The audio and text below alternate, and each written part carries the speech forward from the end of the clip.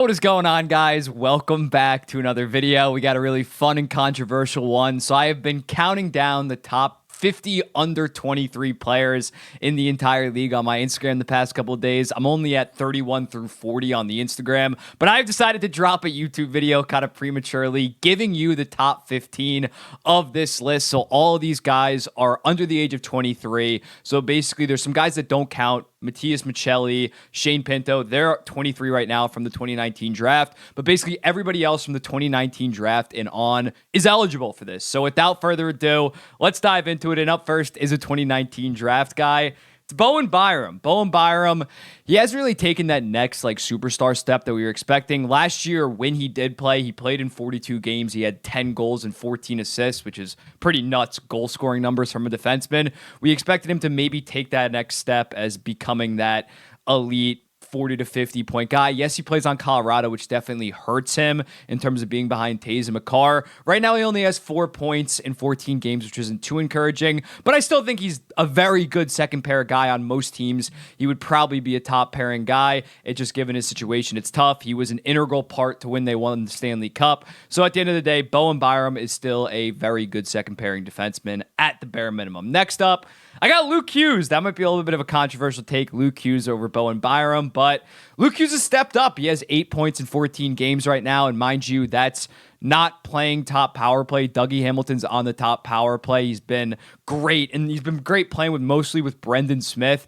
There was some stat, he's played 180 minutes with Brendan Smith. They have like a 39% expected goals, which isn't very good, but in the 90 minutes away from Brendan Smith, he has like a 66% expected goals. So right now he's kind of in a non-ideal partnership, but when he gets away from him, and when you watch him in general, he's such an elite puck moving defenseman. He takes after Luke, he takes after Quinn, he takes after Jack. He's going to be a fantastic eventual legit number one once Dougie Hamilton starts to regress. And right now, I think that he would be the number two on a lot of teams. He's kind of the number two on New Jersey. Marino and Siegenthaler are those defensive defensemen, but in terms of well-rounded, I think by the end of the season, he is going to be the Devils' second best defenseman. Next up, kind of another controversial one, Trevor Zegras at 13. I feel like some people are going to want him completely off this list.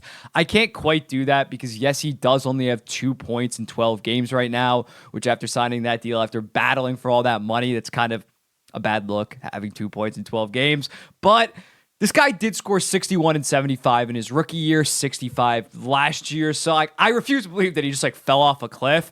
He's definitely more of an offensive. He's very reliant on the offensive side. He's kind of a liability defensively. So if he's not producing offensively, he doesn't offer a ton to a team. So it's definitely concerning in terms of this start, but I do think he will turn around. And honestly, his defensive numbers are up. Maybe just because the Ducks' numbers as a whole defensively are just so much better from a team perspective. They were like one of the worst defensive teams ever last year. But I still think Trevor Zegras is a good offensive second line center. He obviously has to kind of be that number one center on the Ducks, or at least the number one first liner on the Ducks. But I'm not ready to absolutely panic. If it's right now he's hurt, but if it's game 40 and he still has 10, 12 points, then I'd start panicking. But not 12 games in, not with 2 points. Next up, Lucas Raymond.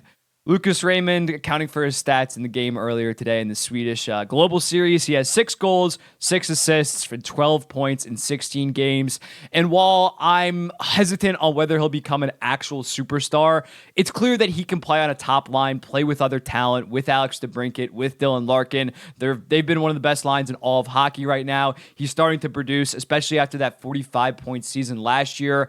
I was starting to get pretty concerned because he's also not that good defensively, but he's really learned to play with some elite talent with Larkin and DeBrincat. That's encouraging to me. His goal scoring is up. I think he can get to high 20s, low 30s this year, give you around 60 to 65 points. So Lucas Raymond is definitely developing in the right way. Next up, Wyatt Johnston. Wyatt Johnston has really emerged as that second-line center in Dallas after Tyler Seguin has kind of fallen off a cliff. He has 7 goals, 6 assists, 13 points in just 15 games, and that's after a 24-point rookie year, so he's taking that next step. I would not be shocked if he goes for 30 goals this year. And yeah, he's really just overall rounded out his game in terms of being that responsible two-way second line center. And last year was more of Jamie Benn driving that second line. It's really Wyatt Johnston. He's very creative with the puck. He's very intelligent. He's anticipatory when watching the Dallas Stars. He's always reading the next play. So I really liked what I've seen from Wyatt Johnston this year. In 10th place, we're into our top 10 now.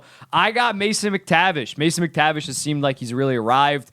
Pretty crazy if you told me like 15 games into the season that I would have Mason McTavish over Trevor Sire.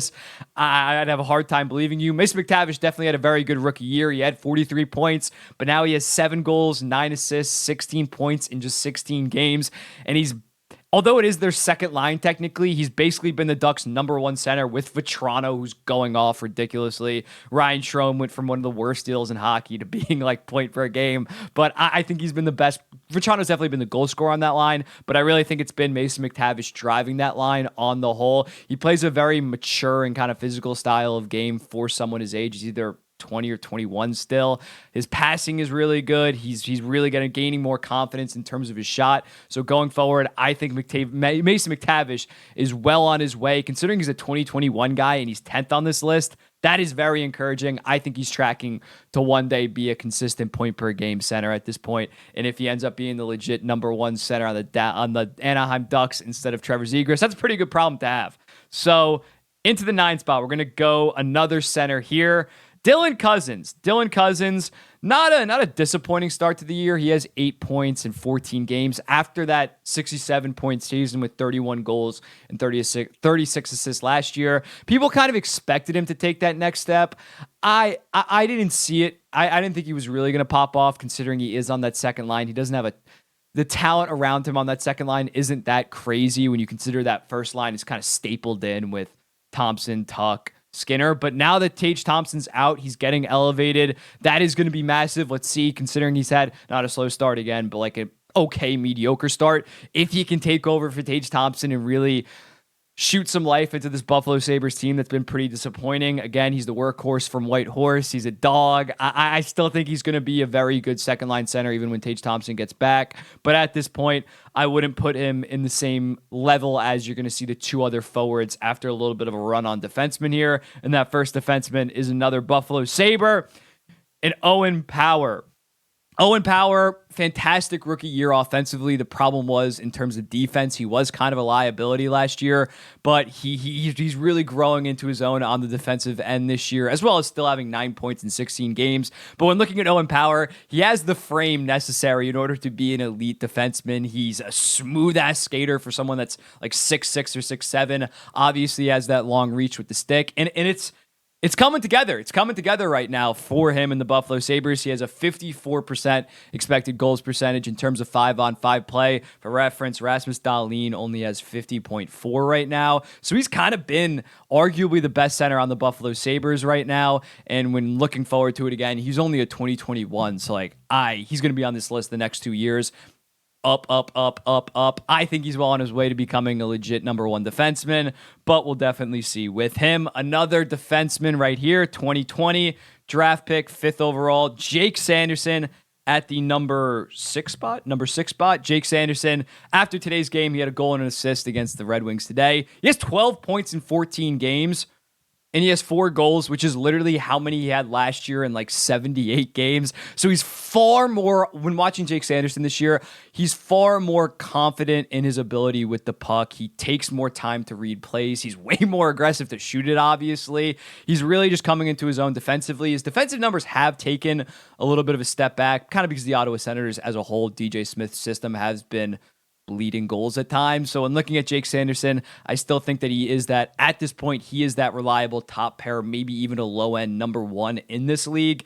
And he's playing at the top power play this year. That was pretty surprising in terms of Thomas Chabot. Even before Chabot got hurt, first couple games, when I saw Jake Sanderson get that number 1 power play spot, good for him. He's really developing into an overall complete number 1 defenseman. Well worth that $8 million price tag that kicks in next year. Can't wait to see how that goes. And then the last defenseman on the list as a whole, probably assume who it is at this point. I got Moritz Seider, 15 points and 11 points in 15 games right now after, not saying I was doubting him, but he only had 42 last year after that 50-point rookie year. So he's really came into his own, took that next step, that third year after that sophomore year slump. As a whole, obviously, Detroit's been massively overperforming. And Cider's a big reason why. He's such a smooth skater at his size, such a fantastic passer, has a very good shot. So I think that when looking forward to Cider this year, it wouldn't surprise me if he's sniffing 60 points. Him and Gothisbehere are both on the power play. That's a pretty interesting what they're running. Usually you see the 4 forwards, 1 defenseman. They've gone Gothisbehere and Cider for their power play, and it's obviously worked. The power play has been absolutely buzzing. Bowen looking at more at Cider. Defensively, not the best defensively, but Jake Wallman really balances him out in terms of that pair, that they really make such a perfect pair and one of the best pairs in all of hockey. But great offensive talent, and I think we're really going to see that on full display this year. So now we go top five. It's going to be a run on goalies. Up first, run on goalies, run on forwards. Matthew Baldi. 1 goal, 7 assists for 8 points in 8 games this year. He had an injury at some point. So in looking at him, 31 goals, 32 assists, 63 points last year. And if you remember, he went on that like absolute tear when Kirill Kaprizov got hurt and they needed someone to step up. He had something like 14 goals in like 20 something games, I think, to finish out the season. It was insane. He's a very good defensive winger as well with Joel Eriksson Ek. They play on the same line. They make up one of the best defensive lines in all of hockey that can also score at a pretty high rate. So in looking at Matthew Baldi, I think he's going to put up another. The goal scoring numbers is a little bit concerning, but he's also just shooting at such a low percentage. His shots on goals are about the same. So I think that will balance out. But I think he's going to have another 65, maybe get to that 70-point mark pace-wise, because obviously he did miss like 5 or 6 point games at this point. So when looking at Matthew Baldi, just a reliable 30 and 30, maybe even 35 and 35 guy going forward. I really like his game. I think he's very underrated. Next up, Coffield.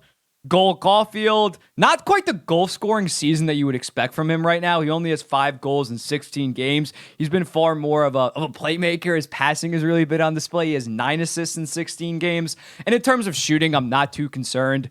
He's only shooting 7% this year. For reference, last year when he put up 50 goal pace almost, he was shooting 17%. So I think that is going to balance back. And this kid, again, I'm a goal scoring guy. I think goal scoring at the end of the day obviously is the most important player. I'm going to take the elite goal scorer over, say, Matthew Baldi, that's more of a goal scorer playmaker. So that's why I have Coffield ahead of him. I think going forward, he's going to be a threat basically every single season to score 40 plus. I really like Cole Coffield. Into the top three. I got kind of a dart at number 3. That might be bold. But I mean, the kid's backing up. He has 9 goals in 13 games right now. He's been the anti-Cole Coffield. Everything that he's shooting on net right now is scoring. So point per game, putting up like 58 goal pace right now. Obviously, that's not going to stick. But it's clear that his offensive game has translated to the NHL level. He's basically able to get his shot off from whenever. We thought maybe, height-wise, maybe he's not that strong of a skater. No, it doesn't matter. This guy has one of the most dangerous, scary, best releases that we have like ever seen in NHL history.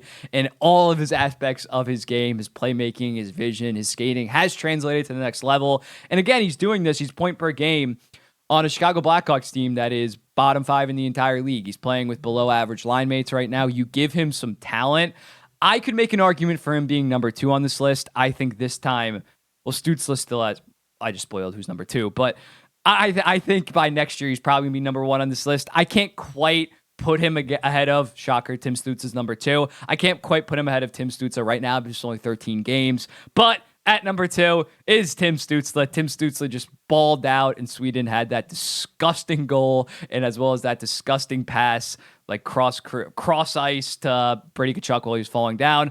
But he has 20 points in 15 games, and he's a guy that I have not heard basically anybody talking about for the most part. Before today, he still had, I think, 17 points in 14 games. No one was talking about it. So at this point, it's like expected after that 90-point season that he's going to be around the 90-point guy. And obviously that is fantastic for a guy that was taken in 2020 and is only 21 or 22 years old. The playmaking, the vision, the passing, it's all there with Stützle. I would maybe like him to work on his shot a bit, become an elite goal scorer. He did score 39 goals last year.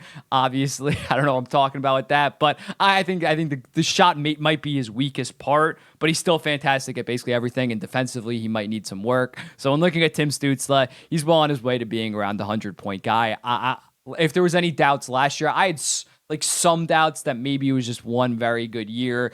that he's definitely going to be around 90 points. I don't know if he's going to take that next step to 100, 105. I think he's on his way to 105 now. I think he's that good. And at number 1, obviously it's Jack Hughes, 20 points in 10 games. He's obviously hurt right now, but in my opinion, besides McDavid, he's by far the best player in transition, by far the best skater.